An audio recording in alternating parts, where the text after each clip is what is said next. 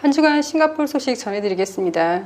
9월 상반기에는 늦은 오전에서 오후까지 비가 많이 오고 습한 날씨가 이어질 거라고 합니다. 기숙사 내에 새로운 코로나 바이러스 클러스터가 또 생겼고요. 이번 주에 감염자들이 다녀간 곳에 추가된 장소가 넥스 쇼핑몰, 비보시티, 선택시티가 포함되었고요. 브라스바사 컴플렉스, 갤랑세라이 마켓 앤 푸드센터, 우들랜드 시빅센터도 포함되었고, 오차드로드에 있는 애플스토어, 오차드로드에 있는 시내 레저, 럭키플라자가 포함되었습니다. 유니버셜 스튜디오도 포함되었고요. 루치도 포함되었고, 또 오차드로드에 있는 핫팟 레스토랑도 포함되었고요. 부기스 정션에 있는 스타벅스 또한 포함되었고요. 돈데박 레스토랑이 포함되었어요. 파시리스 스포츠 컴플렉스에 있는 맥도날드와 템플 스트리트에 있는 한 디저트 가게도 포함되었습니다. 감염자 동선에 이렇게 레스토랑이나 카페가 포함되면 좀 걱정되긴 해요. 다른 데는 다 마스크를 착용하고 있는데 이런 곳에서는 마스크 착용이 불가능하잖아요.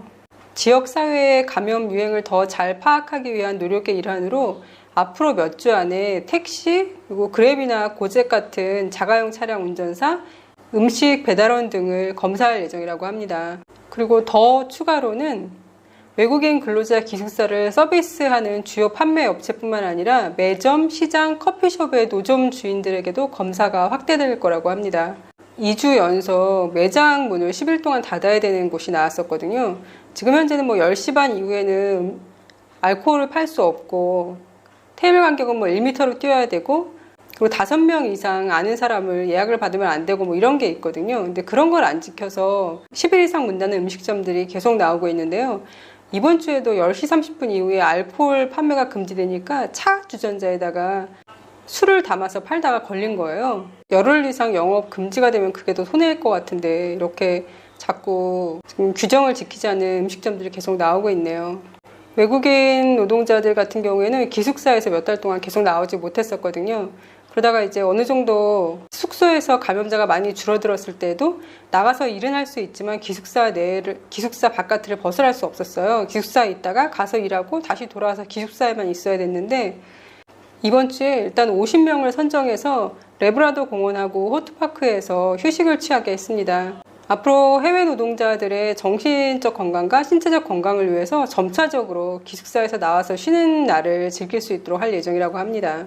8월 초부터 주간 댕기 환자 수가 감소하고 있다고 합니다. 한 주에 거의 1,300건 정도 나오던 환자 수가 1,155건이 나왔대요. 하지만 싱가포르 같은 경우에는 매년 5월에서 10월경에 전통적인 댕기열 성수기라서 발병 건수가 여전히 많으니까 조심하라고 합니다. 올해 지금까지 댕기열 걸린 환자 수는 27,281케이스고요. 그리고 사망자는 만 25세에서 92세 사이에 20명이 사망을 했다고 합니다.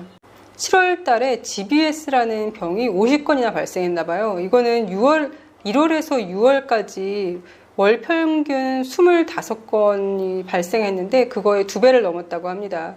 이 50건이 넘은 것 중에서 18건은 시퀀스 타입 283이라고 불려지는 건데요. 강력한 GBS 변종이라고 합니다. 2015년 같은 경우에는 민물회를 먹어서 발생했었대요, 이 병이.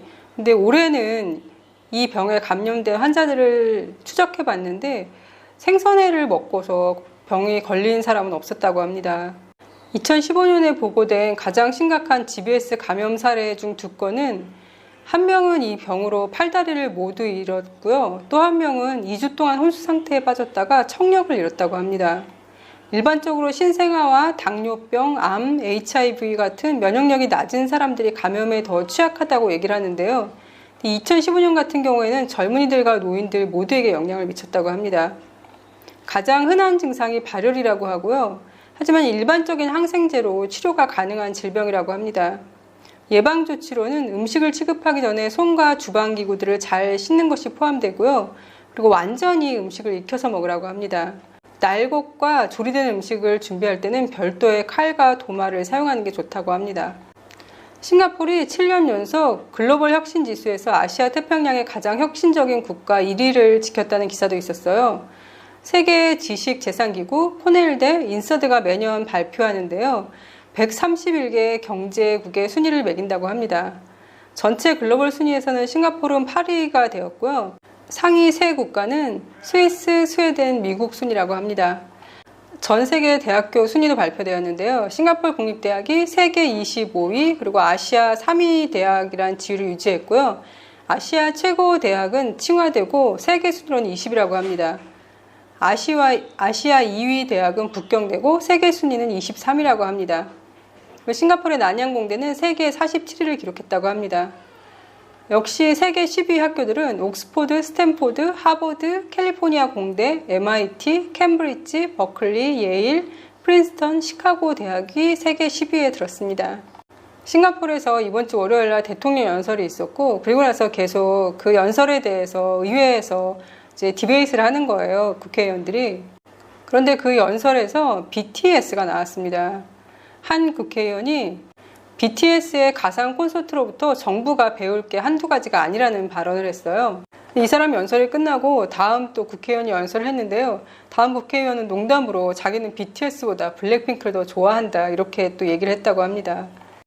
이 4일간의 토론에서 가장 많이 얘기가 나왔던 게 싱가포르의 최저임금제하고 그리고 외국인 노동자들에 대한 얘기가 많이 나왔어요. 싱가포르는 현재 최저임금이 없거든요. 야당에서는 그게 있어야 된다라고 얘기를 한 거였고, 싱가포르에서 근무하고 있는 해외 노동자들에 대해서 야당에서 굉장히 많이 정부를 공격을 했어요. 싱가포르원들이 많은 일자리를 빼앗기고 있다. 그리고 약간 높은 직종에 싱가포르원들이 진입하기가 굉장히 힘들다, 이런 거에 대한 불만을 많이 얘기를 했거든요. 그래서 장관들도 이제 그거에 대해서 설명을 했는데, 총리도 다시 한번 또 설명을 했습니다. 싱가포르 총리는 연설에서 싱가포르 국민들이 공정성에 대해 우려하고 있음을 인정하면서, 하지만 코로나 이후에 EP와 S패스 보유자 수가 감소했으며 워크패스 제도도 계속 조정되고 있다고 언급을 했습니다. 정부는 언제나 싱가포르 사람들 편에 설 것이고, 싱가포르 사람들에게 이익이 되지 않는다면 외국인들에게 일자리를 만들어주는 것이 무슨 의미가 있겠냐, 이렇게 얘기를 했어요. 그래서 궁극적으로 원하는 것은 경제를 성장시키고 싱가포르 사람들을 위한 좋은 일자리를 창출하며 싱가포르인들의 삶의 수준을 높이는 거다라고 얘기를 했습니다. 수년에 걸쳐서 정부가 외국 기업을 유치했기 때문에 싱가포르에 필요한 기술을 갖춘 인력이 없을 때 외국 인재들을 고용할 수 있도록 허용을 했고, 그래서 그 밑에서 싱가포르인들이 기술을 익혀서 이제는 싱가포르인들이 그런 자리에서 일을 할 수 있게 됐다, 그런 이점이 있다라고 설명을 했어요. 최근에 파이낸셜 타임스나 사우스 차이나 모닝 포스트 같은 데서 외국인에 대한 싱가포르의 분위기가 어떻게 변하고 있는지에 대한 기사가 나왔다라고 언급하면서 이런 평판은 우리에게 큰 피해를 줄 것이다 라고 얘기를 했습니다. 싱가포르에서 이렇게 외국인 노동자들을 뽑아서 일을 하는 것도 싱가포르 경제에 충분히 이익이 있다라고 설명을 하고 있네요. 싱가포르는 G20 국가 및 국제기구와 협력하여 국경 간 여행의 점진적인 재개를 검토할 거라고 합니다. 그리고 중국 광둥성과 협력을 심화하는 것을 또 얘기를 하고 있는데요. 금융 서비스, 인재교류, 항공 등 몇 가지 핵심 분야에서 중국의 광둥성과 협력을 할 거라고 하고요. 이런 서비스 외에도 인재교류 확대도 할 거라고 합니다. 매년 최대 500명의 싱가포르 정규직 학생과 최근 대학이나 폴리텍을 졸업한 학생들을 대상으로 중국 소재 기업과 인턴십 비자를 확보할 수 있는 청년 인턴 교류제에 관한 협약을 맺었다고 합니다.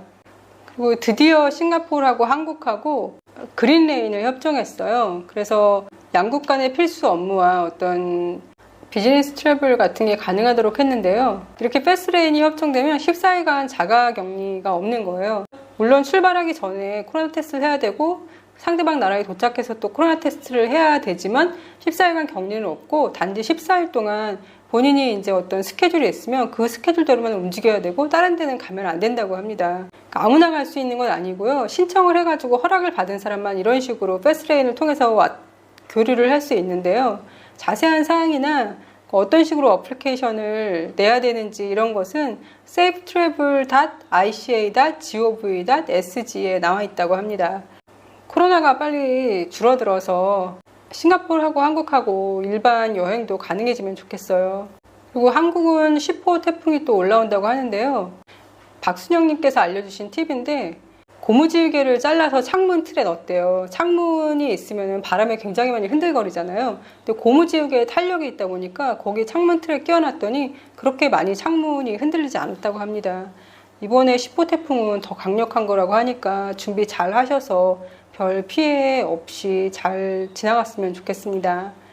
그럼 오늘도 건강하세요.